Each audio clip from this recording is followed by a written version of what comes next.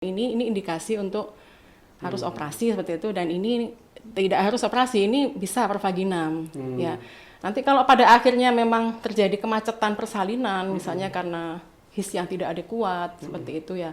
Kontraksi dan sudah his kita itu ya? kontraksi. Atau memang mulut rahimnya yang sukar membuka ya, kaku misalnya. Ya, seperti itu kita sudah upayakan dengan obat-obatan, kita tidak bisa, itu baru kita motivasi pasien untuk operasi seperti itu.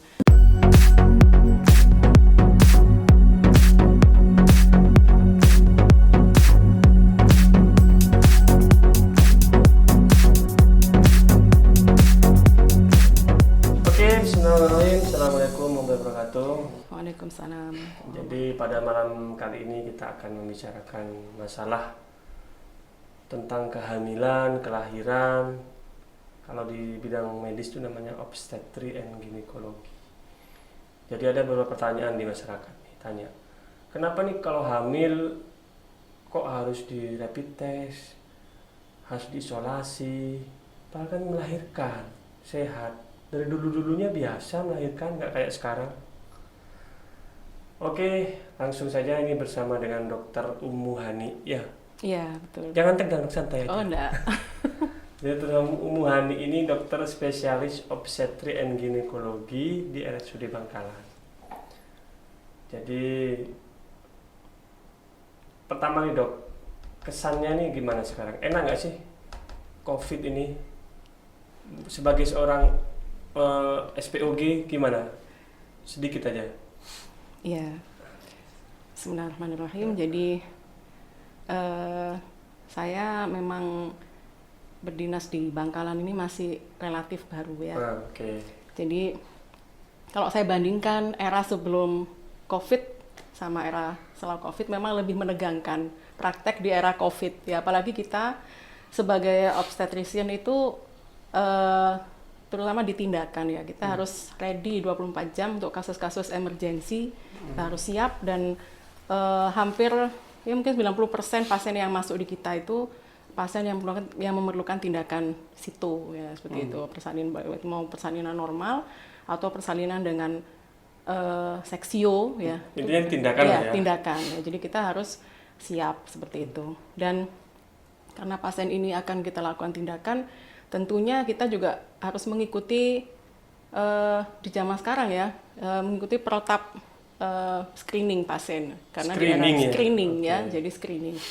Memang idealnya mungkin kalau di kota-kota besar itu sudah dilakukan, mestinya screeningnya swab ya, swab PCR untuk mendeteksi adanya virus corona itu melalui swab nasofaring atau orofaring.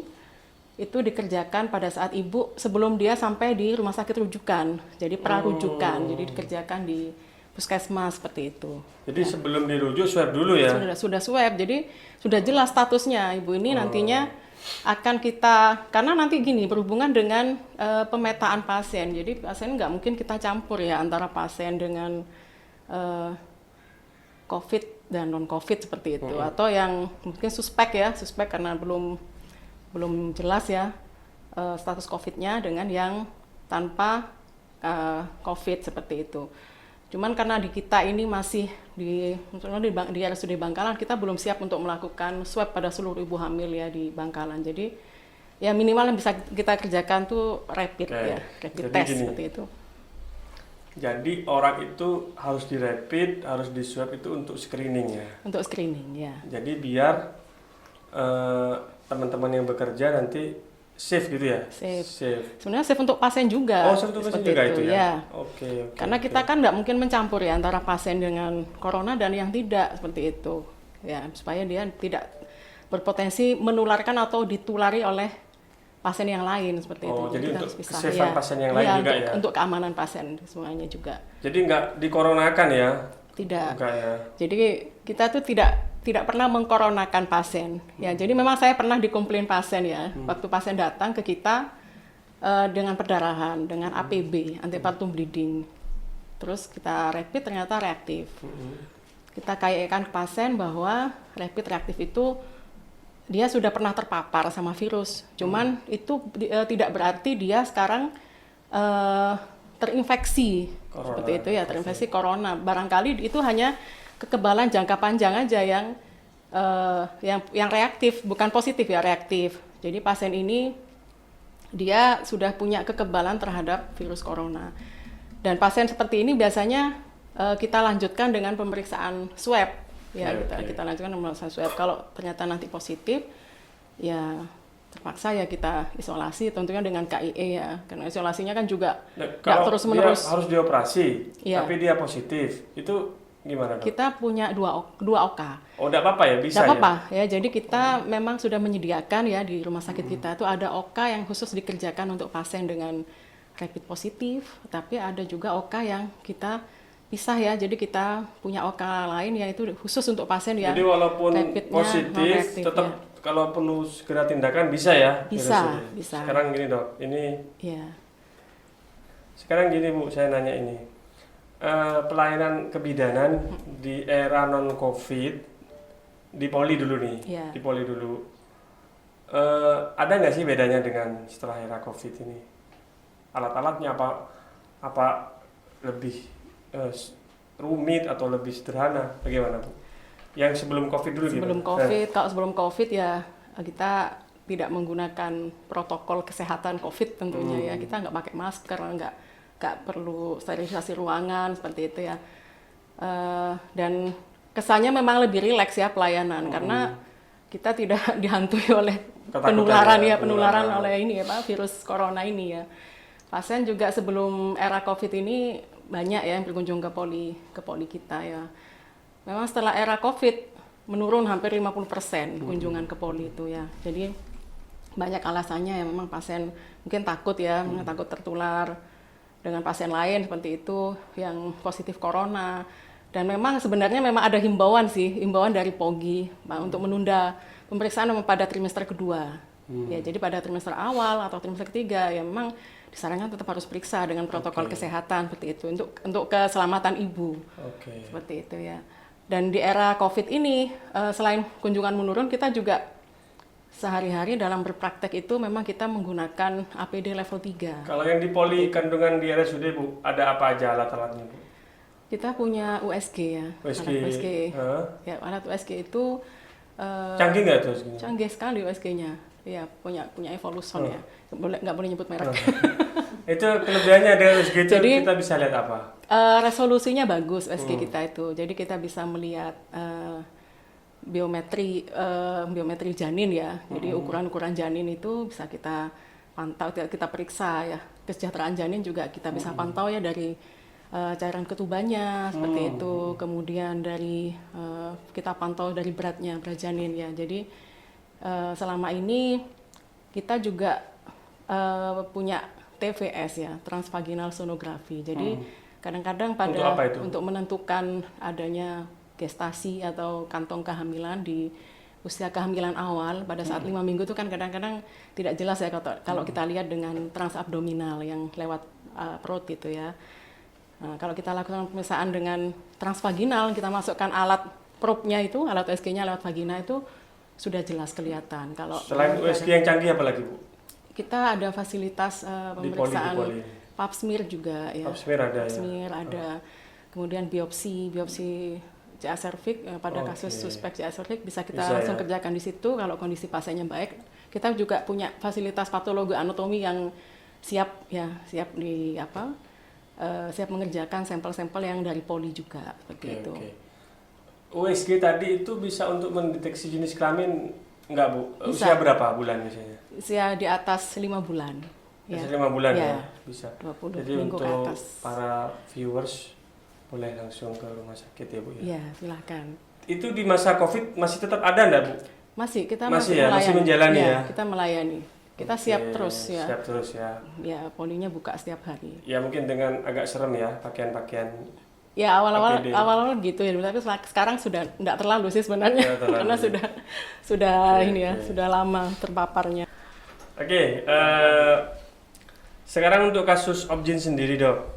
Selama COVID ini kasus itu mengalami kenaikan atau penurunan nih? Ya, kalau di Poli penurunan, Penurunan, sudah saya oke. sampaikan tadi. Tapi kalau di kunjungan yang ke Ilnace, ke VK, ke Ponek VK, ke ruang nifas itu, kok saya kemarin juga karena ini ya rumah sakit juga ini ya mengatakan kok sepertinya trennya turun ya. Saya cek data di kebidanan itu ternyata kunjungan kita yang ke Ilnace itu pada Juli sampai Desember 2019 itu sekitar 6 bulan ya, selama 6 bulan tuh sekitar 1.500 kunjungan. Naik Itu berarti?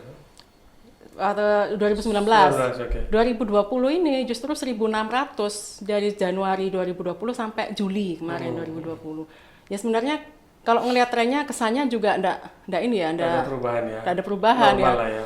Cuman memang yang saya rasakan waktu awal-awal COVID itu, mungkin Maret ya yang di sini kita mulai rame-ramenya COVID yang ada pembatasan PSBB itu sosial berskala besar itu, bahasanya itu banyak sekali yang berkunjung ke kita. Jadi mungkin waktu itu vaskes mungkin agak takut juga ya mungkin melayani pasien. Jadi semuanya segera dirujuk ke tempat kita. Jadi banyak sekali kunjungannya sekitar Maret, April, Mei, Juni ya. Memang Juli kemarin sampai sekarang sudah cenderung melandai lagi. Mungkin karena di vaskes pertama sudah ada misalnya rapid ya. Jadi kalau negatif mungkin mereka sudah pada berani lah tangani ya. sendiri ya seperti Tangani itu sendiri ya. ya. Kecuali kasus-kasus berat ya tetap dirujuk ke kita. Sebenarnya gini dok, ada pertanyaan nih gini. Orang hamil kena COVID, Iya. itu pengaruh ke janin nggak? Atau pengaruh ke dirinya nggak? Atau cuma UTG aja? Seringnya gimana? Itu memang untuk kita di kita ya data COVID pada kehamilan sudah berusaha kita kumpulkan memang ya. Jadi sejak kita punya alat rapid masif yang sudah bisa semua pasien bisa kita kerjakan rapid itu mungkin sekitar Mei ya kalau nggak salah. Jadi saya mulai bikin pembukaan itu memang sejak Mei saya catat. Jadi Mei sampai Agustus ini sampai terakhir sebelum saya kesini ini saya cek itu ada sekitar 50 pasien yang masuk ke kita. Ya dari sekitar 1.600 tadi itu ya. 50. 50 yang reaktif rapidnya. Oh rapidnya. Oh, Iya. Oke. Ya jadi 50 orang yang reaktif dan setelah kita swab yang positif hanya sekitar 6 sampai 7 kasus lah yang positif. Yang positif itu sehat semua dok? Ya kalau yang saya pantau ya pasien-pasien yang kebetulan ini rapid reaktif sama positif swabnya ini sehat. Jadi dia tidak bergejala berat ya. Ada beberapa orang yang mungkin 2 atau 3 orang dengan gejala batuk pilek saja. Nggak ada pneumonia berat mengancam jiwa? Waktu itu kebetulan bukan saya DPJP-nya jadi saya nggak terlalu paham ya kasusnya. Waktu itu ada memang yang dicurigai COVID karena dia langsung masuk dari Ponek itu langsung ke NAF. Karena dia datang sudah kondisinya jelek sekali waktu itu, sudah dengan penurunan saturasi oksigen dan kondisinya jelek sekali. Jadi langsung ke ruang isolasi rumah sakit ya. Meninggal atau hidup? Pasiennya meninggal. Ada 2 orang itu belum sempat dirapid waktu itu, karena itu kalau kejadiannya kalau salah awal April dulu ya, belum ada pemeriksaan ya? Iya, kita belum punya alat tahu rapid sakit yang apa masif fixnya ya. Gitu. Memang curiganya ke sana. Curiganya COVID. Iya. Jadi ini ada dok pertanyaan nih. Jadi tadi sudah jawab. Ya enggak lah, itu enggak di-COVID-kan lah ya. Yeah. Jadi semua itu hanya untuk menapis ya, untuk mungkin men-screening ya. Yeah, intinya semua pasien yang diperiksa ke RSUD memang kita lakukan rapid itu untuk men-screening. Jadi untuk melindungi pasiennya sendiri, melindungi pasien lain dan melindungi tenaga medisnya ya. Yeah. Jadi tidak ada istilah meng-COVID-kan itu. Terus gini dok, sekarang ini ada masyarakat nih nanya nih. Kenapa kalau di RSUD itu operasinya kok lama? Nggak langsung dioperasi sih? Ada orang mau hamil itu kok masih nunggu, nggak langsung dioperasi, lambat RSUD. Gimana dok? Iya, ya memang saya juga beberapa kali ya mendapat keluhan pasien seperti itu. Kalau pasien datang ke RSUD katanya ditunda-tunda seperti itu ya, tidak segera ditolong seperti itu ya. Ya karena kita kan teamwork ya, kalau di RSUD itu teamwork. Jadi pasien itu sebenarnya untuk keamanan pasien itu ya. Jadi pasien kita terima di depan itu kita TTV seperti itu ya. Kemudian kita lakukan kita transfer dari Ponek, kita transfer kalau pasiennya kondisi stabil, kita transfer ke VK ya, ke kamar bersalin. Kemudian kita evaluasi di situ. Jadi dalam mengevaluasi kasus obstetri, kasus kehamilan itu memang tidak semuanya harus dilakukan tindakan operasi seperti itu ya. Jadi tetap kita memilah-milah pasien. Ada pasien ini yang secara indikasi obstetri dia memang bisa kita perkirakan bisa pervaginam karena kita tidak temukan kontraindikasi untuk dilakukan persalinan itu normal ya. Persalinan normal seperti itu ya. Karena secara alami itu kan memang wanita melahirkan normal mestinya ya seperti itu kan. Karena itu lebih sehat ke ibu dan bayinya juga karena ibu dengan persalinan pervaginam itu dia mobilisasi lebih cepat dibandingkan dengan ibu yang pasca operasi sesar. Jadi diusahakan semaksimal mungkin lahir secara normal ya, ya, spontan. Kalau selama kita tidak menemukan adanya indikasi atau kontraindikasi lah ya, tidak boleh lahir normal, ya nggak mungkin kita lahirkan secara normal seperti itu. Misalnya ada indikasi obstetri pasien ini dengan plasenta previa totalis atau hari-hari yang menutup jana lahir, nggak mungkin kita pervaginamkan, nggak mungkin disuruh lahir normal pasiennya. Atau ada beberapa indikasi obstetri itu yang ada yang mutlak yang memang tidak boleh kita lakukan, misalnya pada kasus panggul sempit absolut, misalnya ibunya dengan tinggi badan yang 130 atau dia dengan... Jadi tetap diperiksa harus semaksimal mungkin lahir normal ya. Jadi kita sebenarnya bukan tidak memaksakan untuk lahir normal, bukan ya. Jadi kita memilah-milah seperti itu. Kita memilah atau memasukkan kategori pasien ini indikasi untuk harus operasi seperti itu, dan ini tidak harus operasi, ini bisa pervaginam ya. Nanti kalau pada akhirnya memang terjadi kemacetan persalinan misalnya karena his yang tidak adekuat seperti itu ya, kontraksi dan sudah kita kontraksi, atau memang mulut rahimnya yang sukar membuka ya, kaku misalnya ya seperti itu, kita sudah upayakan dengan obat-obatan kita tidak bisa, itu baru kita motivasi pasien untuk operasi seperti itu. Ada gini dok, soalnya lahir di rumah sakit ditunggu nggak lahir-lahir, APS ke tempat swasta langsung dioperasi. Iya. Gimana dong? Itu kasus apa ya kalau boleh tahu? Enggak, maksudnya gini, jadi dia yang ini kan masyarakat ini para followers lah nanya, saya kan harus di sini netral gitu. Jadi maksudnya itu sudah nggak lahir-lahir, misalnya contohnya partus macet lah, partus lama atau gimana, atau prematur gitu mungkin loh ya. Ini ada, pokoknya intinya di rumah sakit itu nggak lahir-lahir, nggak dioperasi-operasi. Nah, tiba-tiba ke tempat swasta dioperasi langsung. Itu gimana? Menyikapi ini, penjelasannya bagaimana? Iya, seperti saya sampaikan tadi ya, memang tidak semua pasien itu masuk ke kita indikasi operasi seperti itu ya. Apalagi kasus prematur misalnya ya, bayi dengan usia kehamilan di bawah 36 minggu ya, itu kan kasus prematur. Pada kasus prematur di kita di bawah kehamilan 34 minggu kita memang indikasi memberikan induksi maturasi paru ya namanya. Jadi itu untuk pematangan paru bayi supaya nanti seandainya dia harus dilahirkan segera, itu paru-parunya lebih siap untuk bertahan di luar rahim ibu seperti itu ya, pernafasannya lebih baik. Ya, jadi mungkin pada kasus yang prematur itu kita kan melakukan induksi maturasi itu sesuai protap itu selama 2 kali 24 jam. Jadi diberikan injeksi suntikan itu interval 12 jam selama 2 hari. Jadi seperti itu. Setelah itu nanti baru diputuskan ini apa perlu dilakukan terminasi segera setelah dilakukan induksi maturasi, atau ini bisa bertahan, ini masih bisa ditunggu sampai dia benar-benar aterem, benar-benar matur. Jadi lihat kondisinya dulu ya. Jadi itu. Kalau yang kasus tadi pasien bayi dengan prematur ya istilahnya, harus dimatangkan dulu parunya dengan suntikan lah injeksi ya. Oke, setelah itu dipertimbangkan ini sudah mau dioperasi atau enggak, saat itu kelihatan gitu ya Bu? Iya, jadi setelah dilakukan induksi maturasi kita evaluasi lagi. Jadi enggak, kok di tempat lain kok langsung dioperasi, itu gimana? Ya mungkin itu case by case juga ya, saya saya juga enggak tahu ya waktu itu kasusnya apa seperti itu ya. Bisa, kalau ada pasien bertanya di rumah sakit itu mendapatkan penjelasan itu bisa, ini bidangnya gala-gala enggak? Kita sekarang gini ya, kita tuh juga terus-menerus berbenah ya. Jadi mungkin ada komplain pasien ya, kurang ramah seperti itu. Kita berusaha sekarang itu mengembalikan posisi seandainya pasien itu kita atau keluarga kita diperlakukan nggak kurang ramah misalnya, itu pasti kita merasa nggak nyaman ya, atau kita merasa akhirnya kepercayaan diri ke rumah sakit itu akhirnya menurun. Jadi belajar dari beberapa komplain pasien seperti itu ya, mungkin dulu ya saya nggak tahu ya.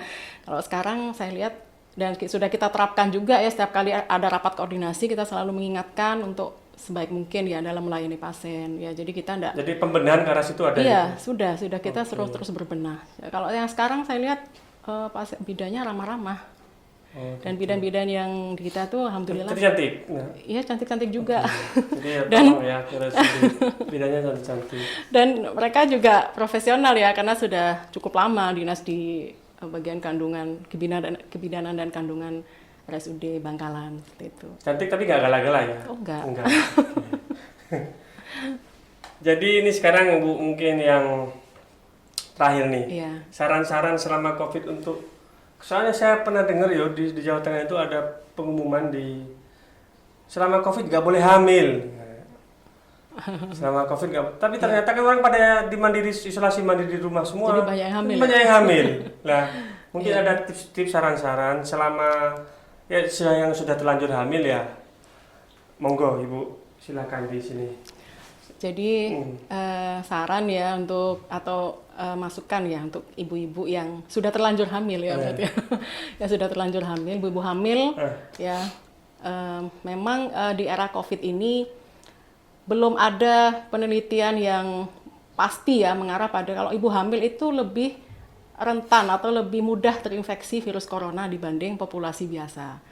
Tapi kalau ibu hamil sampai dia sudah terinfeksi corona, itu biasanya manifestasi klinisnya kalau dia sampai sakit itu akan lebih berat dan cenderung menyebabkan kesakitan yang berat sampai kematian seperti itu. Jadi sarannya adalah pertama, tetap saya sarankan ibu-ibu untuk diam di rumah ya. Jadi sementara hamil, tolong berusaha dihindari ya kerumunan seperti itu. Berusaha menerapkan protokol kesehatan COVID ya, pakai masker, sering cuci tangan ya, kemudian jaga jarak ya. Karena ibu-ibu ini nantinya dia akan melahirkan ya. Jadi itu nanti dia butuh dilakukan tindakan pastinya ya. Dan itu nantinya pasti kita rapid seperti itu ya. Ya itu biar enggak positif atau enggak reaktif ya rapidnya, atau dia enggak positif swabnya, mudah-mudahan seperti itu ya. Dan nantinya ibu-ibu ini kan pasti akan merawat bayi. Karena bayi itu kan juga termasuk populasi yang rentan juga karena dia imunitasnya juga belum matang ya, enggak seperti orang dewasa. Jadi kalau ibunya terkena COVID, meskipun dia enggak bergejala barangkali ya karena kekebalan tubuhnya bagus, bisa saja dia nanti kalau menulari ke bayinya, bayinya sakit seperti itu, sakit berat ya. Jadi yang pertama itu tadi, diam di rumah, kemudian laksanakan protokol kesehatan di era COVID. Kemudian yang kedua, mungkin ada suplemen atau ya kalau suplemen ya suplemen kehamilan saya rasa sudah cukup ya. Suplementasi kehamilan diberikan oleh nggak perlu kayak profesor yang diwawancara sama Anji itu enggak ya? Suplemen katanya dapat itu enggak usah ya? Iya, itu di luar ranah saya ya. Jadi kalau saya melihat ya ibu-ibu yang selama kita rawat ya dengan suplemen kehamilan seperti yang biasa kita berikan, dia dengan protokol kesehatan yang baik, alhamdulillah sehat ya sampai kelahiran bayi, sampai postpartum, sampai fase perawatan bayi atau nifas ya. Kemudian yang kedua, ibu-ibu pada trimester 1 itu diusahakan memang harus diperiksa oleh dokter. Tetap ya. Saya sarankan seperti itu ya. Nggak usah takut ya, Bu ya. Jadi tidak perlu takut datang ke rumah sakit. Ya, karena kita harus menemukan faktor risiko di awal ya. Kalau memang ini risiko tinggi kehamilan, nanti akan ada advice atau langkah-langkah selanjutnya harus dikerjakan oleh ibu hamil. Ya, jadi kita juga lebih mudah untuk memantau juga ya, seperti itu. Kalau trimester kedua, saya sarankan memang menunda karena selama tidak ada keluhan ya. Nanti trimester ketiga lagi harus periksa lagi ya, karena itu sudah persiapan persalinan seperti itu. Jadi kita juga untuk mencari juga faktor risiko, apakah ibu ini nantinya akan mengalami risiko besar untuk kehamilan dan persalinannya atau tidak. Jadi kita juga bisa menentukan di trimester 3 itu nantinya ibu ini bisa lahir normal atau bisa harus operasi seperti itu. Oke. Ya, dan saya sarankan juga ibu-ibu kan punya buku KIA yang pink itu ya, yang dari puskesmas itu tolong dibaca. Jadi kan di situ kan ada resiko tinggi kehamilan atau persalinan ya, seperti resiko PEB misalnya atau preeklamsi atau tekanan darah tinggi dalam kehamilan itu kapan harus datang ke fasilitas kesehatan ya, itu ibu-ibu tolong dibaca. Ya di situ kan ada sudah di buku KIA itu. Ya, jadi nanti kalau memang ibu-ibu mendapatkan ya pada dirinya mungkin ada gejala seperti itu, langsung datang ke fasilitas kesehatan. Jadi tidak perlu takut ya. Tidak perlu takut terkena corona atau di COVID kan. Tidak perlu seperti itu karena keselamatan ibu lebih utama menurut saya ya, dan itu kan mengcovidkan itu kan apa ya, tidak benar juga ya, kita tidak pernah mengcovidkan ibu hamil seperti itu ya. Jadi itu tadi saran-saran Dokter Hani. Yang terakhir dok, ini yang terakhir. Kalau katanya kalau lahir di rumah sakit dapat akta gratis itu gimana dok? Oh Bisa, iya. gimana dok? Ya jadi kita memang ada ini bagian dari promosi rumah sakit ya, gimana dok? Sedikit. Itu memang salah satu bagian dari pembenahan kita ya ke masyarakat ya, supaya masyarakat itu merasa nyaman ya di rumah sakit di RSUD Bangkalan. Itu kita fasilitasi memang untuk akte kelahiran itu dibantu oleh tenaga manajemen, diuruskan ya sampai jadi, dan dan itu free ya, gratis. Oh, oke. Terus untuk warga Bangkalan aja atau bisa semua warga? Untuk sementara ini untuk warga Bangkalan. Okay. Warga Bangkalan. Jadi untuk warga Bangkalan kalau lahir di RSUD Bangkalan nanti langsung dapat akta kelahiran. Gratis. Terima kasih atas kehadirannya Dr. Hani. Terima kasih juga. Mohon maaf waktunya karena beliau ini sibuk sekali. Sampai udah berapa minggu? 3 minggu baru sekarang mendapatkan waktu dari Dr. Hani. Ya, semoga ini menjadi pemberi informasi yang bermanfaat untuk masyarakat, menjadi barokah untuk saya dan Bu Hani. Ya kalau mau subscribe ya subscribe, kalau enggak ya kebangetan. Ya oke, terima kasih.